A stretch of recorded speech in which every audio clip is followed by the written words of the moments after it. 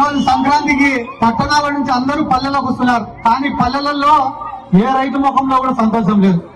ఎందుకంటే ఏ పంటకు కూడా రేటు లేదు. ఒకనొక సందర్భంలో మా నందికొట్కూరు నియోజకవర్గంలో మొక్కజొన్న కొనుగోలు కేంద్రాలు పెట్టాడు జగన్ సార్.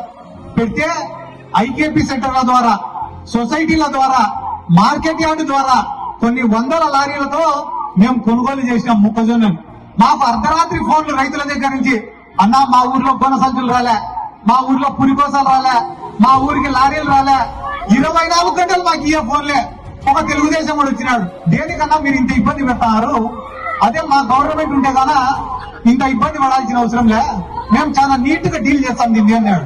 ఒరే ఇన్ని టన్నులు మేము కొంటానా మొక్కజొన్న, మేమే సేఫ్ గా డీల్ చేయలేకుండా నువ్వు ఎట్లా డీల్ చేస్తావరా అంటే, మాకు ఓటేస్తే చెప్తామన్నా మేము అన్నాడు. సరేలేని మా ఊరు నమ్మి టీడీపీ ఓటేసినారు. చూసాం ఎట్లా కొంటాడో వీడు మొక్కజొన్న, డీల్ చేస్తా అన్నాడు, డీల్ చేస్తా అన్నాడు అని. మొక్కజొన్న పంట చేతికి వచ్చింది.